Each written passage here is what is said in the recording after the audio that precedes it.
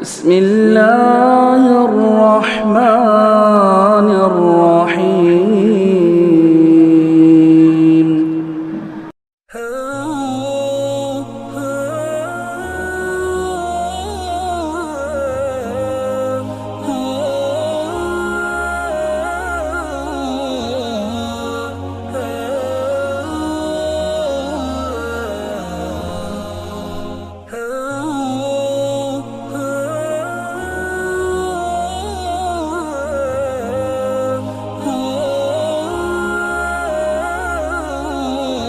السلام علیکم ورحمۃ اللہ وبرکاتہ. بسم اللہ الرحمن الرحیم. الحمد للہ نحمده ونستعینه ونستغفره ونعوذ باللہ من شرور انفسنا ومن سیئات اعمالنا. من يهده الله فلا مضل له ومن يضلل فلا هادي له وأشهد أن لا إله إلا الله وحده لا شريك له وأشهد أن محمدا عبده ورسوله. أما بعد فإن خير الحديث كتاب الله وخير الهدي هدي محمد صلى الله عليه وسلم وشر الأمور محدثاتها وكل محدثة بدعة وكل بدعة ضلالة وكل ضلالة في النار. أعوذ بالله السميع العليم من الشيطان الرجيم. بسم الله الرحمن الرحيم. يوفون بالنذر ويخافون. وقال تعالى وما أنفقتم من نفقة أو نذرتم من نذر فإن الله يعلمه. وقال النبي صلى الله عليه وسلم من نذر أن يطيع الله فليطعه ومن نذر أن يعصي الله فلا يعصيه. رب اشرح لي صدري ويسر لي أمري واحلل عقدة من لساني يفقه قولي. اللهم رب زدني علما آمين. سبحانك لا علم لنا إلا ما علمتنا إنك أنت العليم الحكيم. محترم بھائیوں، بزرگوں، نوجوانوں، کتاب التوحید کا آج 12واں درس ہے. آج کے درس کا موضوع ہے من الشرک النذر لغیر اللہ، کہ شرک میں سے ہے کہ غیر اللہ کے لیے نظر مانی جائے. غیر اللہ کے لیے نظر ماننا یہ شرک میں سے ہے، یہ شرک ہے. نظر کسے کہتے ہیں؟ اس سے پہلے والے درس میں بھی کچھ باتیں اس سلسلے میں آئی تھی. نظر کہتے ہیں، مفسرین نے لکھا ہے تفسیر احسن البیان کے اندر، کہ کوئی آدمی یہ کہے کہ میرا یہ کام ہو جائے یا فلاں بیماری سے مجھے نجات مل جائے تو میں انشاءاللہ تعالی اللہ کے راستے میں صدقہ کروں گا یا اللہ کے راستے میں ذبیحہ پیش کروں گا، قربانی دوں گا، جانور ذبح کروں گا. اگر یہ چیز کوئی شخص کرتا ہے اسے نظر کہتے ہیں. اگر یہ نظر انسان جو ہے اللہ کے لیے مانتا ہے، اللہ کے لیے نظر مانتا ہے تو اس کا ماننا صحیح ہے اور اس کا پورا کرنا ضروری ہے. ہر حال میں اس کا پورا کرنا ضروری ہے. البتہ اگر کوئی شخص اسی نظر کو کہ میرا یہ کام ہو گیا، مثال کے طور پر کسی نے بزنس شروع کیا، میرا یہ بزنس سکسیس ہو گیا اور میں کامیاب ہو گیا اس تجارت کے اندر، تو اس میں کا کچھ حصہ جو ہے ہمارے خاص جو ہے فلاں بابا کی قبر پر جو ہے اس کے نام پر ہم ذبیحہ پیش کریں گے یا اجمیر شریف میں اس کا کچھ حصہ بھیجا کریں گے. اور اسی طرح سے بہت ساری نظریں جو غلط ہیں، جو غیر اللہ کے نام پر لوگ مانتے ہیں. تو اگر کوئی شخص غیر اللہ کے نام پر نظر مانتا ہے تو ایسی صورت میں یہ شرک ہے، اور غیر اللہ کے نام پر نظر ماننا یہ شرک ہے اور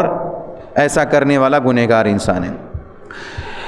اسی کے اندر، اس باب کے اندر یہی بات سمجھانے کی شیخ محمد بن عبد الوہاب رحمہ اللہ نے کوشش کی ہے، اور قرآن کریم کی سورہ دہر کی ایک آیت انہوں نے پیش کی ہے. انہوں نے کہا، اللہ تعالیٰ کا فرمان ہے یوفون بالنذر، یعنی یہ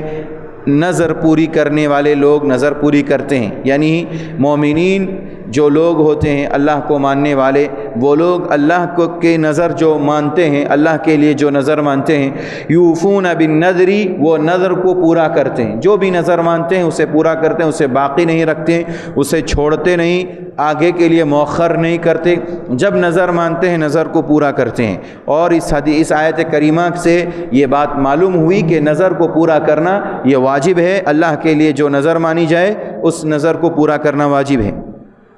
اور انہوں نے جو باب قائم کیا ہے وہ غیر اللہ کے لیے نظر ماننا یہ شرک ہے۔ تو اس آیت کریمہ سے یہ بات واضح کرنا چاہتے ہیں کہ جو لوگ اللہ کے لیے نظر مانتے ہیں ان کی نظر تو اللہ کے لیے نظر مانی گئی ہے تو اس نظر کو پورا کرنا واجب ہے، لیکن اگر کوئی اللہ کے علاوہ غیر اللہ کے لیے نظر مانتا ہے تو پھر اس کی نظر پورا کرنا واجب نہیں ہے۔ مزید انشاءاللہ آنے والی حدیث کے اندر ہمیں سمجھ میں آئے گا۔ اور اسی طرح سے شیخ نے ایک اور آیت کریمہ سورہ بقرہ کی پیش کی ہے، اس میں اللہ نے فرمایا وَمَا أَنفَقْتُم مِّن نَفَقَةٍ، اللہ کہتا ہے جو کچھ بھی تم خرچ کرتے ہو، جو بھی نفقہ تم خرچ کرتے ہو، او نذرتم من نذر، اور جو کچھ بھی تم نظر مانتے ہو، فإن اللہ يعلمہ، تو اللہ تعالیٰ اسے اچھی طرح جانتا ہے۔ اللہ تعالیٰ کے علم سے کوئی چیز بھی خالی نہیں ہے، دور نہیں ہے، ساری چیزیں اللہ کے علم میں ہے۔ اللہ کہتا ہے کہ تم جو خرچ کرتے ہو اسے بھی جانتا ہے، اور کس لیے تم نظر مانتے ہو، اللہ کے لیے نظر مانے ہو، کیونکہ انسان دل کا حال تو اللہ تعالیٰ جانتا ہے۔ ظاہری طور پر یہ کہتا ہے کہ میں نے اللہ کے لیے نظر مانی، لیکن اس کے دل کے اندر پتہ نہیں وہ غیر اللہ کے لیے نظر مانا ہے یا اللہ کے لیے، وہ تو اللہ تعالیٰ جانتا ہے۔ اسی لیے اللہ نے کہا او نذرتم من نذر، اگر تم نظر مانتے ہو کوئی بھی نظر تو اللہ تعالیٰ اسے بھی جانتا ہے، اللہ تعالیٰ کے علم سے وہ دور نہیں ہے۔ میرے بھائیو، اس آیت کریمہ کو ذکر کر کے یہ شیخ محمد بن عبد الوہاب رحمہ اللہ نے یہ ثابت کیا کہ اگر وہ اللہ کے لیے نظر مانی گئی ہے تو اس کا پورا کرنا ضروری ہے، اور اگر غیر اللہ کے نام پر نظر مانی گئی ہے تو پھر غیر اللہ کے نام پر نظر ماننا یہ شرک ہے، اور شرک کے 4 دروازوں میں سے ہیں۔ اس کی بنیاد پر انسان مشرک ہو جاتا ہے اور ایسے لوگوں کا عمل برباد ہو جاتا ہے۔ کیوں؟ اس لیے کہ نظر بھی ایک عبادت ہے، یہ واضح رہے، نظر بھی ایک عبادت ہے۔ جیسے نماز ایک عبادت ہے، روزہ ایک عبادت ہے، حج ایک عبادت ہے، ایسی بہت ساری عبادتیں ہیں، ایسے ہی نظر جو ہے، نظر ماننا یہ بھی عبادت ہے۔ اور ظاہر سی بات ہے عبادت ساری کی ساری کس کے لیے ہونی چاہیے؟ اللہ کے لیے۔ اگر کوئی شخص غیر اللہ کے لیے عبادت کرتا ہے تو پھر وہ مشرک ہے، وہ مشرک ہے، وہ مومن موحد نہیں ہے۔ اسی لیے اس کو شرک کے جو اس میں ذریعے اور اس کے باب میں جو داخل کیا گیا ہے کہ غیر اللہ کے نام پر نظر ماننا یہ شرک کیوں ہے؟ اس لیے کہ نظر ماننا یہ عبادت ہے، اور عبادت صرف اللہ کے لیے ہوتی ہے، یہ غیر اللہ کے لیے نہیں ہوا کرتی۔ نمازیں ہم جس صرف اللہ کے لیے پڑھتے ہیں، ایسے ہی نظر بھی ہمیں اللہ کے لیے ماننی ہے۔ وفی الصحیح، یہ صحیح بخاری کی روایت ہے، ان عائشہ رضی اللہ عنہا، عائشہ رضی اللہ عنہا حدیث کی راویہ ہیں، کہتی ہیں ان رسول اللہ صلی اللہ علیہ وسلم قال، اللہ کے نبی صلی اللہ علیہ وسلم نے فرمایا، کیا فرمایا؟ من نذر ان یطیع اللہ فلیطعہ، جس نے اس بات کی نظر مانی کہ وہ اللہ کی اطاعت کرے گا، یعنی اللہ کے اطاعت کی جس نے نظر مانی، فلیطعہ، اسے چاہیے کہ وہ اللہ کی مانی ہوئی نظر کو پورا کرے، اللہ کی اطاعت کی نظر کو پورا کرے، اس کی اطاعت کرے۔ ومن نذر ان یعصی اللہ، اور جس شخص نے اس بات کی نظر مانی کہ ان یعصی اللہ، کہ وہ اللہ کی نافرمانی کرے گا، فلا یعصیہ، اسے چاہیے کہ وہ اللہ کی نافرمانی نہ کرے، اللہ کی نافرمانی ہرگز نہ کرے۔ یعنی اس حدیث کو ذکر کرنے کا ایک بنیادی مقصد یہ ہے کہ نظر صرف اللہ کے لیے ہے، اور اللہ کی اطاعت میں نظر پوری کی جائے گی، اور اللہ کی نافرمانی میں، اللہ کی معصیت میں نظر پوری کرنا واجب نہیں ہے۔ اور اسی طرح سے اللہ کی نافرمانی میں نظر کو پورا کرنا یہ گویا کہ غیر اللہ کے نام پر اور نظر پورا کرنا ہوا، اور یہ شرک ہے۔ اس حدیث کے اندر واضح طور پر ہمارے سامنے 2 مسئلے اللہ کے نبی صلی اللہ علیہ وسلم نے ذکر کیے۔ ایک تو یہ کہ ایک انسان ایک نظر مانے اللہ کی اطاعت کی۔ اب اللہ کی اطاعت کی نظر کیا ہے؟ مثال کے طور پر ایک انسان نے نظر مانی کہ میں میرا یہ کام ہے، میری یہ تجارت ہے، یہ میرا بزنس ہے، میری یہ جاب ہے، اگر یہ شروع ہو جائے اور میں اس سے کچھ حاصل کرنے لگوں، کمانے لگوں، تو میں ہر روز یا کم سے کم مہینے میں یا سال میں اللہ کے راستے میں کچھ نہ کچھ حصہ خرچ کروں گا۔ یہ اس نے ایک طرح کی نظر مانی، یہ اطاعت کی، اللہ کی اطاعت کی نظر مانی کہ اللہ کے راستے میں خرچ کروں گا۔ اگر اس نے اس طرح کی اطاعت کی نظر مانی ہے تو فَلْيُطِعْهُ، حدیث کے الفاظ ہے کہ اسے چاہیے کہ وہ اس نظر کو پورا کرے۔ اسی طرح کسی نے یہ نظر مانی کہ جو ہے میں یہ کام میرا ہو جائے گا، نجات مل جائے گی، مجھے بیماری سے شفا یابی ہو جائے گی، تو میں اللہ کے راستے میں ایک ذبیحہ پیش کروں گا، ایک جانور ذبح کروں گا اور غریبوں کو تقسیم کر دوں گا۔ اگر اس نے یہ اللہ کی خاطر، اللہ کی اطاعت کے لیے نظر مانی ہے تو حدیث کے الفاظ فَلْيُطِعْهُ، اسے چاہیے کہ وہ نظر کو پورا کرے، یعنی ایسی صورت میں اس کا نظر پورا کرنا واجب ہے۔ اسی طرح اللہ کی اطاعت میں نظر ماننے کا ایک مطلب یہ بھی ہے کہ انسان جیسے کہ روزہ رکھنے کی نیت کرے، نظر مانے کہ جو ہے میں اگر اس کام سے میں نجات حاصل کر لیا، اس مصیبت سے، اس پریشانی سے میں دور ہو گیا، تو انشاءاللہ تعالی آئندہ دنوں میں روزہ رکھوں گا یا فلاں دن روزہ رکھوں گا اور یہ نظر پورا کروں گا، یہ روزہ رکھوں گا۔ تو اگر وہ اس طرح سے نیکی کی نظر مانتا ہے تو اللہ کے نبی صلی اللہ علیہ وسلم نے فرمایا فَلْيُطِعْهُ، اسے چاہیے کہ وہ نظر کو پورا کرے، اللہ کی اطاعت کرے۔ جیسے کہ ایک حدیث اس سے پہلے کے درس میں بھی میں نے آپ کے سامنے رکھی تھی کہ نیکی کی ایک نظر جو ہے اس عمر بن خطاب رضی اللہ عنہ نے زمانے جاہلیت میں مانی تھی۔ انہوں نے کہا تھا کہ میں ایک دن کا جو ہے طواف کروں گا۔ اللہ کے نبی صلی اللہ علیہ وسلم سے کہا کہ میں زمانے جاہلیت میں نظر مانی ہے کہ ایک دن کا طواف اعتکاف کروں گا، مسجد میں بیٹھوں گا، ایک دن کا اعتکاف کروں گا۔ اللہ کے نبی جب یہ اسلام قبول کر لیے، دائرہ اسلام میں داخل ہو گئے، اللہ کے نبی صلی اللہ علیہ وسلم نے فرمایا کہ اگر تم نے یہ نظر اللہ کے لیے مانی تھی، اطاعت کے لیے مانی تھی، تو فَلْيُطِعْهُ، اسے چاہیے کہ وہ اطاعت کریں اور اپنی اس نظر کو پورا کرے۔ عمر بن خطاب رضی اللہ عنہ نے ایک دن کا اعتکاف کیا اور گویا کہ اللہ کی اطاعت میں انہوں نے نظر مانی تھی، اللہ تبارک و تعالیٰ کے لیے انہوں نے نظر مانی اور انہوں نے نظر کو پورا کر دیا۔ اسی طرح دوسرا مسئلہ جو خاص طور پر اللہ کے نبی صلی اللہ علیہ وسلم نے اس حدیث کے اندر ذکر کیا وہ یہ کہ نافرمانی میں، مثال کے طور پر اگر کوئی آدمی یہ نظر مانے کہ میں اس کام سے یا اس چیز سے فارغ ہو جاؤں گا، اس مصیبت سے اللہ تعالیٰ مجھے اگر نجات دے دے گا تو میں غیر اللہ یعنی اپنے خاص لوگوں کے، باباؤں کے آستھانوں پر، ان کی قبروں پر اور ان کے مزاروں پر جو ہے چادر چڑھاؤں گا یا ذبیحہ پیش کروں گا یا ان کے جو ہے قبروں پر پھول چڑھاؤں گا یا ان کا طواف کروں گا، چکر لگاؤں گا۔ یہ جتنی بھی چیزیں ہیں یہ سب کی سب چیزیں جو ہیں اللہ کی معصیت کی نظر ہے، اور اللہ کی معصیت کی نظر اگر کوئی مانتا ہے تو اللہ کے نبی فرماتے ہیں فَلَا يَعْصِيهِ، اسے چاہیے کہ وہ معصیت کی نظر کو پورا نہ کرے، نافرمانی نہ کرے، اللہ کی نافرمانی نہ کرے۔ اسی طرح سے اگر کوئی شخص یہ نظر مانے اللہ کی معصیت کی، نافرمانی کی نظر، ایک یہ بھی ہے کہ ایک انسان مثال کے طور پر ہندوستان میں رہ رہا ہے اور وہ یہ گمان کرتا ہے کہ ہندوستان میں بھی کچھ ایسی جگہیں ہیں جو مقدس جگہیں ہیں، جیسے بعض لوگ اجمیر شریف کو مقدس مانتے ہیں جو کہ ایک ان کا گمان ہے، تو وہ یہ سوچے کہ میں اس کام سے اگر بری ہو گیا، اللہ تعالیٰ نے اس بیماری سے مجھے شفا دے دی اور مجھے اس کام میں مجھے اللہ نے کامیابی دی، تو میں یہاں سے سفر کر کے اجمیر شریف جاؤں گا اور وہاں جا کر کے جو ہے ان کے نام پر یا تو صدقہ کروں گا یا ان کے نام پر جو ہے ذبیحہ پیش کروں گا۔ تو ان کا یہ کام کرنا یہ جو ہے غیر اللہ کے لیے ہوا اور یہ شرک ہے، اور یہ شرک ہے اللہ کی نافرمانی کے لیے، کیونکہ کل کے درس میں یہ بات آئی تھی کہ 3 جگہوں کے علاوہ کسی چوتھی جگہ کا قصد کر کے باقاعدہ اس کا جو ہے سفر کرنا یہ شریعت سے جائز نہیں ہے، اجازت نہیں ہے۔ شریعت اسلامیہ منع کرتی ہے کہ کوئی بھی مکہ مکرمہ، مدینہ منورہ اور اسی طرح مسجد اقصیٰ، ان 3 جگہوں کے علاوہ چوتھی جگہ کا قصد کر کے کہ وہاں جا کر میں عبادت کروں گا، وہاں جا کر کے جو ہے اللہ کی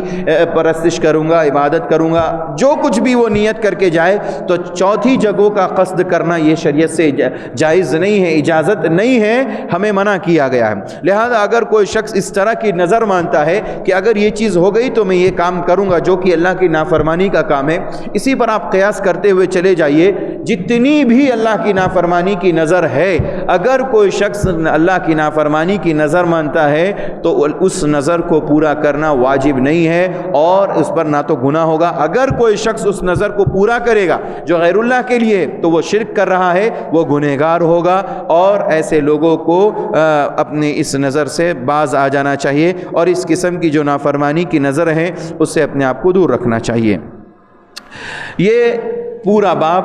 ہمیں اور آپ کو یہ پیغام دیتا ہے کہ اللہ کے لیے صرف نظر پوری کی جائے، صرف جو مانی گئی اللہ کی اطاعت کے لیے وہ نظر پوری کی جائے۔ غیر اللہ کے نام پر نظر جو مانتے ہیں وہ شرک ہے، اور غیر اللہ کے نام پر نظر ماننا یہ کفر ہے، یہ شرک ہے، اور اللہ کی نافرمانی کے لیے جو نظر مانی گئی اسے پورا کرنا ضروری نہیں ہے، وہ نافرمانی ہے، اور اس طرح سے کرنا یہ شریعت کے خلاف ہے۔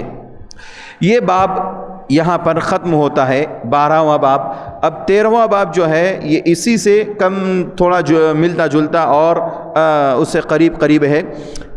باب یہ ہے من الشرک الاستعاذۃ بغیر اللہ، اللہ تعالیٰ کے علاوہ غیر اللہ سے استعاذہ یعنی مدد طلب کرنا، اللہ کو چھوڑ کر کسی اور سے مدد طلب کرنا یہ بھی شرک ہے۔ جیسے انسان کسی مصیبت میں پھنس گیا اور بجائے یا اللہ کے کہنے کے، یا رحمان یا رحیم یا غفار وغیرہ کہنے کے، کوئی یہ کہے کہ یا غوث المدد، یا عبد القادر جیلانی المدد، یا علی یا غوث، یہ اس طرح کے جو نعرے لگاتے ہیں، یہ تمام تر چیزیں جو ہیں یہ شرک ہے، یہ شرک ہے، کیونکہ استعاذہ یعنی مدد طلب کرنا یہ بھی صرف اللہ تعالیٰ کے ساتھ ہے۔ قرآن حکیم میں اگر ہم اور آپ پڑھیں گے تو سورہ بقرہ کے اندر اللہ تعالیٰ نے کہا یا ایھا الذین آمنوا استعینوا بالصبر والصلاۃ ان اللہ مع الصابرین، اللہ تعالیٰ نے کہا کہ آپ نماز سے اور صبر سے مدد حاصل کیجئے، یعنی اس کے ذریعے آپ اللہ تبارک و تعالیٰ کے قریب ہوئیے۔ ان اللہ مع الصابرین، اللہ نے خود اپنا نام ذکر کر کے کہا کہ اللہ صبر کرنے والوں کے ساتھ ہے۔ معلوم یہ ہوا کہ مدد طلب کرنا یہ بھی ایک عبادت ہے، اور یہ صرف اور صرف اللہ کے ساتھ ہوگی، اللہ کے علاوہ کسی اور کے ساتھ یہ کام نہیں ہو سکتا، یہ کسی اور کے ساتھ کرنا یہ شرک ہے۔ اگر کوئی غیر اللہ سے مدد طلب کرتا ہے تو پھر ایسی صورت میں یہ شرک ہے۔ ہمارے آج کے مسلمانوں میں، ہمارے آج کے مشرکین میں اور قبر پرستوں میں اور اللہ کے نبی صلی اللہ علیہ وسلم کے زمانے کے مشرکوں میں جو فرق ہے وہ یہی فرق ہے کہ وہ مشرکین جو مکہ میں رہتے تھے تو یہ مکہ والے مشرکین کیا کرتے تھے، یہ لوگ جب ان کی کشتیاں بھور میں پھنس جاتی تھی اور سمندر کے اندر ڈگمگانے لگتی اور قریب ہوتا کہ اب ڈوب جائیں گے، مر جائیں گے، اس موقع پر یہ مشرکین مکہ، کفار مکہ، یہ دوسروں کو وہاں پر بھی اللہ کو پکارتے تھے سوائے خشکی کے اندر، یعنی جب وہ لوگ اپنے علاقے میں، اپنے مکان میں، اپنی جگہوں پر رہتے ہوئے وہ لوگ اللہ کو چھوڑ کر دوسروں کو اس لیے پکارتے تھے لیقربونا الی اللہ زلفا۔ اللہ نے قرآن حکیم کے اندر سورہ زمر میں ان لوگوں کا تذکرہ کیا کہ یہ لوگ صرف اس لیے اپنے معبودوں کو پکارتے تھے تاکہ یہ معبودان باطلہ ان کو اللہ سے قریب کر دیں، یعنی ان کا مقصود یہ نہیں ہوتا کہ یہی ہمارے لیے سب کچھ ہے، ہمارا کارساز اللہ تعالیٰ ہے۔ وہ لوگ وہ جانتے تھے مصیبت میں ہمیں نجات دینے والا اللہ تعالیٰ ہے، مدد وہ اللہ سے مانگتے تھے۔ البتہ یہ لوگ ان تمام معبودان باطلہ کو، یہ لات، منات، عزا، ہبل، یہ سارے جتنے معبود تھے ان کو یہ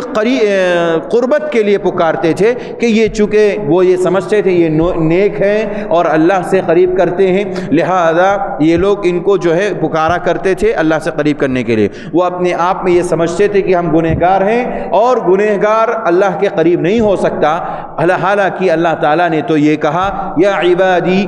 الذین اسرفوا علی انفسہم لا تقنطوا من رحمت اللہ، اے میرے بندو جنہوں نے اپنے نفسوں پر ظلم کیا، بے حساب بے تحاشا جنہوں نے اپنے نفس پر ظلم کیا ہے، اسراف کیا ہے، اللہ کہتا ہے لا تقنطوا من رحمت اللہ، ڈائریکٹ مانگیے اللہ تعالیٰ سے۔ اللہ کہتا ہے میری رحمت سے مایوس ہونے کی ضرورت نہیں ہے، میری رحمت سے نا امید ہونے کی ضرورت نہیں، ڈائریکٹ اللہ تعالیٰ سے مانگنا ہے۔ اللہ تعالیٰ نے مجھے اور آپ کو سارے کے سارے لوگوں کو بلا مسلک و مذہب سب کو یہ حکم دیا کہ اللہ سے ڈائریکٹ مانگے، کسی کا وسیلہ پکڑنے کی ضرورت نہیں، اللہ تعالیٰ ڈائریکٹ سننے والا ہے۔ تو اللہ تعالیٰ نے ان مشرکین کا تذکرہ کرتے ہوئے سورہ روم کے اندر، سورہ عنکبوت کے اندر اللہ تعالیٰ نے کہا کہ یہ لوگ یعنی مشرکین مکہ، کفار مکہ، جب یہ کشتی میں سوار ہو کر کے کہیں جانا ہوتا تھا ان کو اور سمندر کا ان کا سفر رہتا اور کشتی جو ہے بھور میں پھنس جاتی یا ڈولے کھانے لگتی، پریشان ہوتے وہاں پر، تو وہ لوگ پکارتے تھے صرف اور صرف اللہ تعالیٰ کو کہ اللہ تیرے علاوہ اس مصیبت سے نجات دینے والا کوئی نہیں۔ پھر یہ لوگ یہاں سے نکل کر کے جب خشکی کے اوپر پہنچتے تھے تو وہاں جا کر کے پھر وہ لوگ دوبارہ اپنا شرک والا کام کرتے تھے۔ اکرمہ بن ابی جہل کا نام ہم نے اور آپ نے سنا ہوگا، ابو جہل کے بیٹے تھے اکرمہ، یہ مشرک تھے اور اللہ کے نبی صلی اللہ علیہ وسلم کی دعوت سے کافی بھاگنے والے انسان تھے۔ وہ نہیں چاہتے تھے کہ ہم اسلام لائیں اور اللہ کے نبی صلی اللہ علیہ وسلم پر ایمان لے آئیں۔ وہ اللہ کے نبی صلی اللہ علیہ وسلم کی دعوت سے، صحابہ سے کافی دور بھاگتے تھے، چنانچہ انہوں نے ارادہ کر لیا مکہ چھوڑنے کا۔ مکہ چھوڑنے کے لیے صرف اسی لیے ارادہ کر لیا کہ میں یہاں رہوں گا نہیں تو محمد صلی اللہ علیہ وسلم کی بات سننے کو موقع نہیں ملے گا، ان کی دعوت سے مجھے جو ہے اور متاثر نہ ہونا پڑے گا، قرآن کی باتیں سننی نہیں پڑے گی۔ انہوں نے کیا کیا؟ سفر کے لیے انہوں نے ٹھان لیا کہ مجھے یہاں سے ہجرت کر کے دوسرے علاقے میں چلے جانا چاہیے جہاں میں اپنے آبا و اجداد کے دین پر قائم رہ کر کے زندگی گزار سکوں، آزادانہ زندگی گزاروں۔ جب وہ نکلے راستے میں اور اسی کشتی کے اندر، یہ جس کشتی میں بہت سارے مشرکین جا رہے تھے، اور اللہ کا کرنا دیکھیے کیسا، اللہ تبارک و تعالیٰ کیسے لوگوں کو، بندوں کو ہدایت دیتا ہے اور ہدایت کا ذریعہ معمولی سی چیزیں بنتی ہیں۔ یہ اکرمہ بن ابی جہل اپنے سارے لوگوں کے ساتھ کشتی میں سوار تھے اور کشتی اچانک جو ہے ڈولے کھانے لگی، ڈگمگانے لگی اور بھور میں پھنسی، تو سارے کے سارے مشرکین اس آیت کریمہ کے جو میں نے ابھی آپ کے سامنے پیش کی سورہ العنکبوت کی، اسی کے ضمن میں یہ واقعہ مفسرین ذکر کرتے ہیں۔ اکرمہ بن ابی جہل بھی اس کشتی کے اندر موجود تھے۔ جیسے ہی کشتی اس کے اندر پھنسی تو سارے کے سارے مشرکین جو ہے اللہ اپنے سارے معبودان باطلہ کو چھوڑ کر کے، بھول کر کے اللہ کو پکارنے لگے، اللہ تیرے علاوہ کوئی نجات دینے والا نہیں، اللہ تیرے علاوہ کوئی مدد کرنے والا نہیں، ہماری مدد کرنے والا تو ہی ہے۔ سارے مشرکین دعا کرنے لگے، اللہ تعالیٰ سے مانگنے لگے۔ اکرمہ بن ابی جہل جو اس کشتی کے اندر سوار تھے اور وہ یہ سوچ کر کے نکلے تھے کہ مجھے جو ہے دوسرے علاقے میں جا کر کے اپنے آبا و اجداد کے دین پر قائم رہنا ہے اور اپنے آبا و اجداد کے دین پر رہ کر کے زندگی گزارنا ہے، وہ اس لیے نکلے تھے ہجرت کر کے اور اپنے علاقے سے اس لیے بھاگے تھے۔ لیکن جب انہوں نے کشتی میں دیکھا کہ سارے مشرکین جتنے ہمارے علاقے میں رہنے والے وہ سب اللہ کو پکار رہے ہیں، مصیبت میں، جو مصیبت میں سارے کے سارے اللہ کو پکار رہے ہیں، سارے اللہ سے مانگ رہے ہیں، مدد طلب کر رہے ہیں، تو اکرمہ بن ابی جہل کو اللہ تعالیٰ نے دل کے اندر یہ بات ڈالی کہ دیکھو جو اللہ مصیبت میں بچائے وہ خشکی میں کیوں نہیں بچا سکتا، جو تری میں بچائے وہ خشکی میں کیوں نہیں بچا سکتا ہے۔ ان کے دل کے اندر یہ بات آئی کہ اللہ پھر جب یہ مصیبت کا وقت ہے جہاں کوئی سہارا نہیں، بچنے کے کوئی چانسز نہیں، وہاں پر اللہ تبارک و تعالیٰ انسان کو نجات دیتا ہے، تو پھر میرا رب تو وہ ہے جو مجھے خشکی میں بھی نجات دے گا۔ یہی بات ان کے دل کے اندر گھر کر گئی اور وہیں سے انہوں نے کشتی کا رخ موڑا اور پھر واپس آ گئے مکہ مکرمہ میں، اور آ کر کے نبی اکرم صلی اللہ علیہ وسلم کی خدمت میں حاضر ہوئے۔ کہا اللہ کے نبی، آج تک میں آپ کی مخالفت صرف اس لیے کر رہا تھا کہ مجھے حق معلوم نہیں تھا، مجھے سچائی معلوم نہیں تھی، اس لیے میں آپ کی مخالفت کرتا تھا، آپ کے صحابہ کی مخالفت کرتا۔ آج مجھے حقیقت معلوم ہو گئی، رب کی وحدانیت کا مجھے علم ہو گیا، رب کی قدرت کا علم ہو گیا، رب کیسے لوگوں کی مدد کرتا ہے، کیسے لوگوں کو بچاتا ہے، آج مجھے اس بات کا یقین ہو گیا، مجھے علم ہو گیا، لہذا میں آپ کے پاس آیا ہوں اور میں بھی دائرہ اسلام میں داخل ہونا چاہتا ہوں۔ سبحان اللہ۔ میرے بھائیوں، معمولی سی چیز انسان کو اللہ تعالیٰ نجات دیتا ہے، معمولی چیز کے ذریعے اللہ تعالیٰ انسان کو ہدایت دیتا ہے۔ وہیں پر اکرامہ بن ابی جہل، یہ ابو جہل کے بیٹے ہیں اکرامہ، یہ مسلمان ہو گئے۔ آپ ان کے ابو جہل کی کہانی سن لیجئے۔ وہ محمد صلی اللہ علیہ وسلم پوری زندگی سمجھاتے رہے جب تک مکہ مکرمہ میں رہے، لیکن آخر کار جو ہے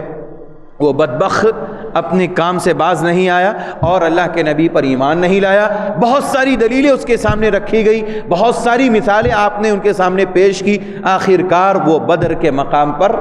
بری ذلت اور رسوائی کے ساتھ مارا گیا۔ تو ایک باپ ہے جو مشرک ہو کر کے اور حق کو جاننے کے باوجود حق قبول نہ کر کے وہ مارا جاتا ہے، مشرک ہو کر کے وہ مرتا ہے، مشرکی کی حالت میں، شرک کی حالت میں مرتا ہے، مشرک ہو کر کے مرتا ہے اور وہ جہنمی ٹھہرتا ہے۔ اور ایک بچہ صرف اللہ تبارک و تعالیٰ کی حقیقت کو اور اللہ تعالیٰ کی وحدانیت کو، اللہ کی توحید کو مان کر کے، اللہ کی کون مدد کرنے والا ہے اس چیز کو جان کر کے وہ اللہ تبارک و تعالیٰ پر ایمان لاتا ہے اور محمد صلی اللہ علیہ وسلم کو رسول اور نبی مان لیتا ہے، ایمان لا کر کے دائرہ اسلام میں داخل ہو جاتا ہے اور وہ جنتی بن جاتے ہیں۔ میرے بھائیوں، بتانے کا مقصود یہ ہے کہ استغاثہ بھی ایک عبادت ہے، یعنی مدد طلب کرنا یہ بھی عبادت ہے۔ اگر یہ اللہ سے ہو تو اللہ تعالیٰ اس کے ذریعے انسان کی مدد کرتا ہے، لیکن اگر وہ غیر اللہ کے لیے ہو، اگر غیر اللہ سے ہم مدد مانگیں تو پھر سمجھ لیجئے کہ یہ شرک ہے اور شرک کرنے والا وہ کبھی بھی جنت میں داخل نہیں ہو سکتا ہے۔ اس سلسلے میں شیخ نے ایک آیت کریمہ سورہ جن کی پیش کی ہے۔ انہوں نے کہا کہ وَأَنَّهُ كَانَ رِجَالٌ مِّنَ الْإِنسِ يَعُوذُونَ بِرِجَالٍ مِّنَ الْجِنِّ فَزَادُوهُمْ رَهَقًا، یعنی جناتوں میں سے کچھ لوگ ایسے تھے، اسی طرح سے انسانوں میں سے بھی کچھ ایسے۔ ترجمہ ہے بلا شبہ بہت سے انسان جنوں سے پناہ لیا کرتے تھے، پس زیادہ کیا انہوں نے ان لوگوں کو خوف میں، یعنی انسانوں میں سے کچھ انسان ایسے تھے، لوگ ایسے تھے جو جنوں سے پناہ لیتے تھے، یعنی ان سے مدد طلب کرتے تھے۔ کیسے؟ آپ نے وہ بات سنی ہوگی کہ جنات جب سورہ جن نازل ہوئی اس کے بعد یہ روئے زمین پر رہنے لگے، ورنہ یہ لوگ کیا کرتے تھے؟ آسمان میں چلے جاتے تھے۔ جنات لوگ، شیاطین آسمان میں چلے جاتے اور پھر آسمان میں جو فیصلہ ہوتا اللہ تبارک و تعالیٰ فیصلہ کرتا فرشتوں کے درمیان، ان میں سے ایک بات جو حق کی ہوتی اسے وہ لوگ لے لیتے اور اس میں 100 جن اور شیاطین جو ہے، جن انہی کو کہتے جو شیاطین ہوتے، جن ناپاک ہوتے ہیں ان کو شیاطین کہتے ہیں اور پاک ہوتے ہیں ان کو جن کہتے ہیں، یہ سب ایک ہی ہیں، الگ الگ نہیں ہیں۔ تو جناتوں کی جو جماعت ہوتی تھی شیاطین کی، وہ آتی تھی نیچے، ایک کے بعد ایک کے بعد ایک دوسرے کو بتاتا، ایسے کر کے 100 لوگ ایک دوسرے کو بتاتے تھے اور جو بتاتا وہ اس میں ایک جھوٹ ملا کر کے بتاتا، ایسے کر کے 100 ایک سچ میں 100 جھوٹ ملا کر کے لوگوں کے سامنے پیش کیا جاتا اور اس جھوٹ کی اتنی حقیقت بیان کر دیتے کہ ایسا معلوم ہوتا کہ یہ بالکل سچ اور حق ہے۔ تو جب سورہ جن نازل ہوئی اور جب ان کو پتہ چلا کہ شہاب ثاقب جو ہے ایک ستارہ ہے، ان کو مارا جاتا تھا اس کے ذریعے اور اس کے ذریعے ان کو جو ہے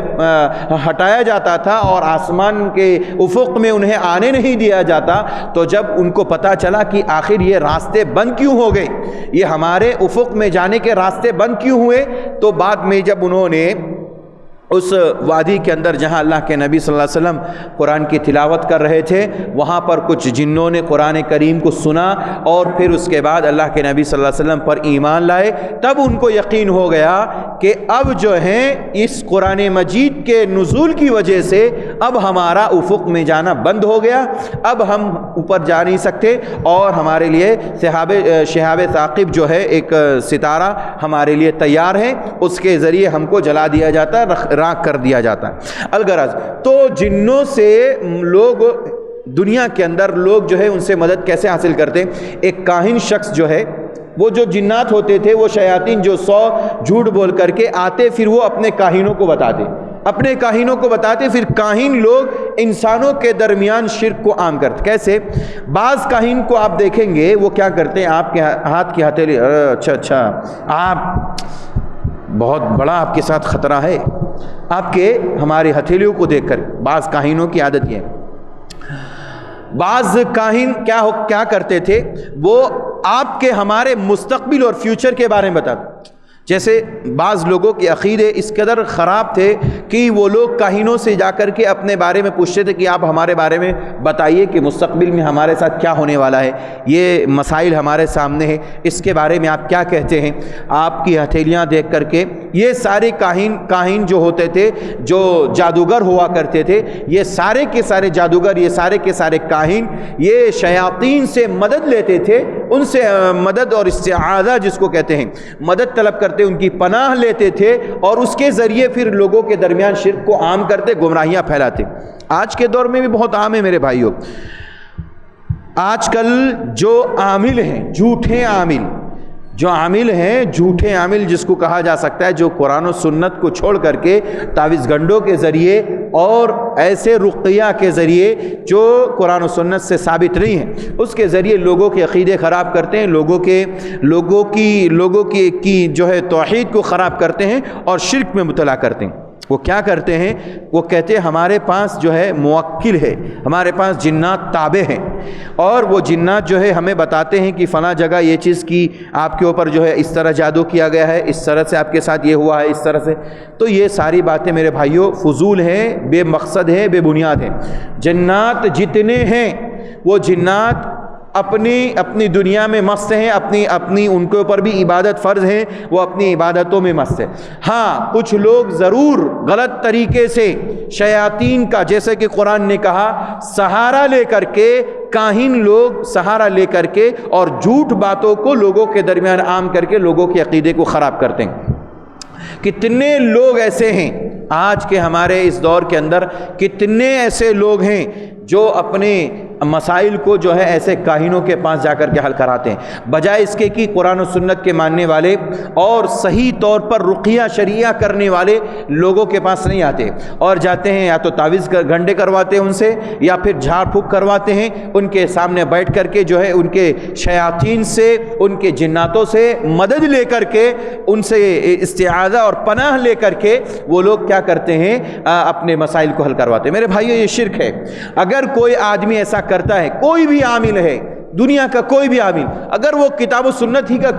کیوں نہ ماننے والا ہو، اگر وہ کتاب و سنت ہی کو ماننے والا ہے، اور اس کے بعد وہ کہتا ہے میرے پاس موکل ہے، جنات کو میں نے تابع کیا ہوا ہے، اور اس کے ذریعے سے میں پتہ کرتا ہوں کہ آپ کے اوپر کیا ہے، آپ کے اوپر کس نے جادو کیا ہے، آپ کے بارے میں کیا ہے، اور آپ کے شرٹ کے اوپر، آپ کے ٹی شرٹ کے اوپر، آپ کے بال کے اوپر، آپ کی فلاں چیز کے اوپر جادو ہوا ہے، کہاں دفن کیا گیا. یہ جتنی بھی چیزیں کر رہا ہے، کوئی بھی کر رہا ہو، وہ چاہے وہ سلف والا ہو یا کوئی اور مسلک اور منہج کا ماننے والا ہو، کتاب و سنت کا ماننے والا ہو یا غیر کتاب و سنت کا ہو، لیکن اگر وہ اس طرح سے لوگوں کے عقیدے کو خراب کر رہا ہے تو وہ آدمی مشرک ہے، اس کے پیچھے نماز پڑھنا شرک ہے. اور اسی طرح سے جو لوگ بھی اس طرح سے کرتے ہیں اور جو لوگ ان کے پاس جاتے ہیں، وہ بھی اپنے عقیدے کو خراب کر چکے ہیں، اور ایسا کرنا یہ شرک ہے. ایسے لوگوں کا سہارا لینا یہ شرک ہے. اللہ تعالیٰ نے جس سورہ جن کی اس آیت میں یہی بات ذکر کی کہ لوگوں میں سے کچھ لوگ، انسانوں میں سے کچھ انسان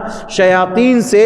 وہ پناہ لیتے ہیں ان کی، اور ان سے مدد حاصل کرتے ہیں، اور اس معاملے میں خاص طور پر جادو ٹونا اور سحر، اسی طرح سے جادو کے توڑنے میں وہ لوگ جناتوں کا سہارا لیتے ہیں، جو کہ ایک شرک ہے. اسی طرح سے اس باب کے اندر امام مسلم رحمہ اللہ کی ایک حدیث شیخ محمد بن عبد الوہاب رحمہ اللہ نے ذکر کی. خولہ بنت حکیم، یہ ایک صحابیہ ہے، خولہ بنت حکیم رضی اللہ عنہ کہتی ہیں سمعت رسول اللہ صلی اللہ علیہ وسلم یقول، اللہ کے نبی صلی اللہ علیہ وسلم نے کو فرماتے ہوئے میں نے سنا، آپ فرما رہے تھے من نزل منزلا، بہت اچھی حدیث ہے اور بہت اچھی اور پیاری دعا ہے ہمارے اور آپ کے لیے، سب کے لیے، حفاظت کے لیے بہت ہی پیاری یہ دعا ہے. آپ نے فرمایا، پیارے نبی فرماتے ہیں صلی اللہ علیہ وسلم، من نزل منزلا، کوئی آدمی کسی منزل پہ اترا، منزل سے مراد یہاں پر مقام. مثال کے طور پر آپ یہاں حیدرآباد سے سکندرآباد چلے گئے, یہاں سے آپ چلے گئے دہلی, یا اسی طرح سے دوسرے کسی ملک میں چلے گئے, دوسرے کسی شہر میں چلے گئے, یا دوسرے کسی صوبے میں چلے گئے. آپ کسی بھی جگہ جا رہے ہیں, یہاں سے اپنے علاقے سے, اپنے ٹھکانے سے, اپنے گھر سے اور کسی جگہ جا کر کے پڑاؤ ڈالتے ہیں, اترتے ہیں. نزلہ مانے اترنا, مقیم ہونا. اللہ کے نبی فرماتے ہیں فقالا, تو وہ آدمی یہ دعا پڑھے. کیا دعا پڑھے؟ اعوذ بکلمات اللہ التامات من شر ما خلق. وہ یہ دعا پڑھے. اگر کسی نے اعوذ بکلمات اللہ التامات من شر ما خلق یہ دعا پڑھی, لم یضرہ شیء حتی یرحل من منزلہ ذالک. اللہ کے نبی صلی اللہ علیہ وسلم فرماتے ہیں اسے کوئی چیز نقصان نہیں پہنچائے گی. لم یضرہ شیء, کوئی بھی چیز اسے نقصان نہیں پہنچائے گی. حتی یرحل من منزلہ ذالک, یہاں تک کہ وہ آدمی اس جگہ سے پھر دوبارہ سفر کر کے اپنے علاقے میں, اپنے گھر میں, اپنے ٹھکانے پر آ جائے. اس وقت تک اسے کوئی چیز نقصان نہیں پہنچا سکتی جب وہ آدمی یہ دعا پڑھ لے. اس سے بھی یہ بات معلوم ہوئی کہ انسان کسی علاقے میں جا رہا ہے, کسی علاقے میں مقیم ہو رہا ہے کچھ دنوں کے لیے, کچھ سالوں کے لیے, کچھ مہینوں کے لیے, تو اسے چاہیے کہ وہاں اترتے ہی اعوذ بکلمات اللہ التامات من شر ما خلق یہ دعا پڑھ لینا چاہیے. اس سے جو ہے وہاں کے جنوں سے, وہاں کے شیاطین سے, اسی طرح سحر سے, جادو ٹونے سے, اس قسم کی جتنی بھی جو شیطانی حرکتیں ہیں ان تمام سے انسان جو ہے محفوظ ہو جاتا ہے اور اللہ تبارک و تعالیٰ کی پناہ میں آ جاتا ہے, اللہ کی حفاظت میں آ جاتا ہے. اور اللہ تعالیٰ کی حفاظت میں جب آ جائے بندہ تو پھر اسے کوئی چیز نقصان نہیں دیتی, کوئی چیز نقصان نہیں پہنچا سکتی اس وقت تک جب تک کہ وہ بندہ واپس وہاں سے سفر کر کے اپنے گھر کی طرف آ جائے. اس باب کا جو اہم مقصد یہ ہے کہ استعاذہ اور پناہ طلب کرنا یہ بھی ایک عبادت ہے, اور وہ بھی صرف اللہ تعالیٰ سے ہونا چاہیے. یعنی اللہ ہی سے پناہ طلب کرنی ہے ہمیں. یعنی اللہ ہم تیری پناہ میں آتے ہیں ان تمام شروں سے, ان تمام طرح کی برائیوں سے, اور شر سے, فساد سے, شیاطین اور جنات کے شر سے, ہر قسم کے شر سے ہم تیری پناہ میں آتے ہیں. تو پناہ طلب کرنا ہے تو اللہ سے, مدد طلب کرنا ہے تو اللہ سے. اگر کسی نے غیر اللہ کی پناہ طلب کی تو ایسی صورت میں یہ شرک ہے. اور اس بات کا اہم پیغام یہی ہے کہ غیر اللہ سے پناہ طلب کرنا یہ شرک ہے. مثال کے طور پر اگر کوئی آدمی اللہ کو چھوڑ کر, جیسے یہ دعا مثال کے طور پر اس نے پڑھی, اس سے وہ آدمی محفوظ ہو جاتا ہے. کوئی آدمی مثال کے طور پر جو غلط عقیدے کا مالک ہے وہ کیا کرے, کسی علاقے میں گیا, مقیم ہوا, ٹھہرا وہاں پر, وہاں جاتے ہی وہ 2-4 کیل لے کر کے آیا. آج کل بابا لوگ بہت سارے ایسے جو ہے کاہن اور بہت سارے ایسے جھوٹے عامل ہیں, وہ کیا کرتے ہیں کیلوں کے اوپر, کیل جو ٹھوکنے والی کیل آتی ہے نا, اس کو پھونک کر کے جو ہے کہتے یہ اپنے گھروں میں چار طرف لگا دو, آپ کو کوئی چیز تکلیف نہیں دے گی. میرے بھائیو یہ عقیدہ خراب کرنے والے لوگ ہیں, یہ عقیدہ خراب کرنے والے لوگ ہیں. اسی طرح بعض لوگ کہتے ہیں یہ دھاگا لے کے جاؤ